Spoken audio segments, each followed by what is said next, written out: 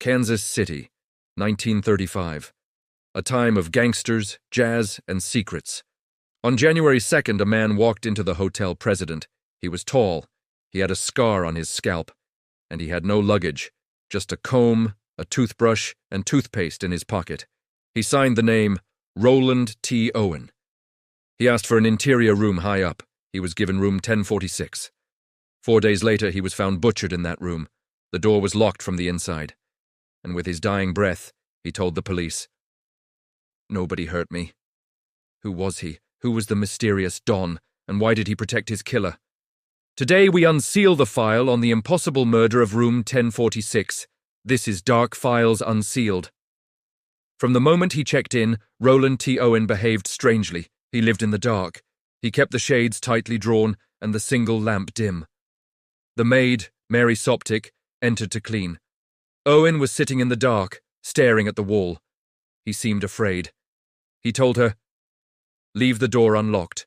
I'm expecting a friend." Later that day, Mary returned with fresh towels. The door was unlocked. Owen was lying on the bed, fully clothed in the dark. The phone rang. He answered. "No, Don, I don't want to eat. I am not hungry. I just had breakfast." He hung up. He repeated to the maid, "Leave the door unlocked. This is the first clue." Don. Owen was clearly waiting for someone, but he was also terrified. He had no clothes, no weapons. He was sitting there like a man waiting for his executioner. His request to leave the door unlocked is especially bizarre. It suggests he either couldn't or wouldn't open the door himself. Was he trapped? Was he being watched? The only thing in the room was a small locked trunk. But Owen didn't have the key. Mary noticed a note on his nightstand. "Don, I will be back in 15 minutes. Wait." It seemed like a cat-and-mouse game was being played, and Owen was the mouse. The hotel became his cage, and he was just waiting for the trap to spring. On the morning of January 4th, the hotel phone operator noticed the phone in room 1046 was off the hook. She sent a bellboy to check. The bellboy knocked. A deep, rough voice answered, "Come in, turn on the lights." But the door was locked. The bellboy knocked again, but the voice didn't answer. He assumed the guest was drunk and left. An hour later, the phone was still off the hook. Another bellboy went up. This time he used his passkey. He saw Owen lying on the floor. Thinking he was just sleeping it off, the bellboy put the phone back on the hook, locked the door behind him, and left. An hour later, the phone was off the hook again. This time, the bellboy returned to find a slaughterhouse. Owen was sitting in the corner. He had been stabbed multiple times in the chest. His skull was fractured. His neck was bruised. The room was covered in blood. And yet, the room was locked from the inside.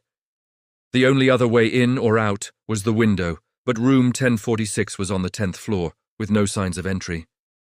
There was no knife, no murder weapon of any kind.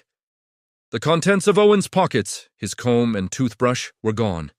The small, locked trunk was still there, and Owen himself was barely conscious. The police arrived to this gruesome scene. They rushed Owen to the hospital, where he slipped into a coma. Before he did, they asked him who had done this. He whispered, "Nobody." When asked what caused his injuries, he said, "I fell against the bathtub." He died hours later. The official cause of death was murder. The locked room mystery is a classic trope, but this was real. With no forced entry and a victim who denied he was attacked, the Kansas City police were facing an impossible crime. The perpetrator, this nobody, seemed to be a ghost. The investigation began, but every lead turned into a dead end. First, the name, Roland T. Owen. The police searched every database, every city directory. No such person existed. His fingerprints didn't match anyone on file. The man was a ghost, a phantom, who had checked into a hotel only to be erased from existence. But he had a past, somewhere. The scar on his scalp, a cauliflower ear. These pointed to a history of fighting, perhaps as a boxer. Detectives released a sketch of the man to the newspapers, hoping someone, anyone, would recognize him. Weeks went by. Silence. No one came forward. The trail was going cold. Then, a breakthrough. A man named Tony Bernardi, a fight promoter, saw the sketch. He recognized the man. He wasn't Roland T. Owen. His name was Artemus Ogletree, a young man from Birmingham, Alabama. The police contacted his family. His mother confirmed the scar. The mystery of his identity was solved, but this only deepened the puzzle. Why had Artemus Ogletree checked in under a false name? He had left his home months earlier, telling his family he was traveling. His mother received 3 typed letters from him after he left. But the letters were strange. They used slang he'd never used before. She suspected someone else was either writing them for him or forcing him to write them. The final letter arrived after Artemus was already dead. It was postmarked from a city hundreds of miles away. Inside was a small amount of cash. The letter read, "I'm sailing for Europe." But Artemus was lying in a morgue in Kansas City. Someone was building a false trail. Someone was trying to make Artemus Ogletree disappear. And then came another call. A woman telephoned the funeral home where Artemis's body was being held. She claimed to be his sister. She asked that he be buried in an unmarked grave in a local cemetery. She sent money to cover the costs, along with a bouquet of roses. The card with the flowers read, "Love forever, Louise." Artemus didn't have a sister named Louise. Who was Dawn? Who was Louise? Decades later, the case was cold. But in 2003, a librarian named John Horner, a researcher at the Kansas City Public Library, received a strange phone call.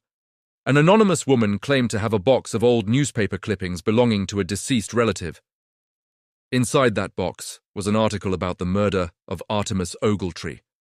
The caller then dropped a bombshell. She said her relative had confessed to her that he knew who Don was. He had been there. Don was a shadowy figure connected to organized crime. According to the story, Artemus had gotten himself into deep trouble with the mob. He owed money, or maybe he knew something he shouldn't. Don, according to this new lead, wasn't just one person. It was 2 men. They had brought Artemus to the hotel president to intimidate him, to scare him into silence. The unlocked door wasn't an invitation. It was a threat. Artemus knew they could walk in at any time. The phone calls, the refusal of food, it was all part of a psychological torture that escalated into physical violence. They tortured him for information. The deep voice the bellboy heard wasn't Artemus. It was one of his captors. After the first bellboy left, they beat him, locked the door, and left him for dead. The second time the bellboy came, he found the bloody aftermath. This story finally made sense of the inconsistencies. But it was just a story, a third-hand account from an anonymous source. There was no way to prove it. The case of Artemus Ogletree, the man known as Roland T. Owen, remains officially unsolved. His grave in Kansas City is still there, marked only by a small stone block that reads, Artemus Ogletree. No killer was ever charged. The identity of Don and Louise remains a secret, buried with the past. Why did Artemus protect his killers? Perhaps out of fear for his family, or perhaps his will had been so completely broken that in his final moments, he simply gave up.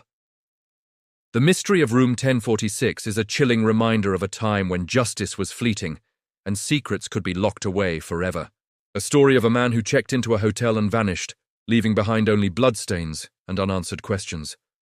What really happened in that dark room? We may never know. Thanks for watching this episode of Dark Files Unsealed. If you found this case as fascinating as we did, hit that like button and subscribe for more deep dives into history's most baffling mysteries. Let us know in the comments what you think happened to Artemus Ogletree. We'll see you next time.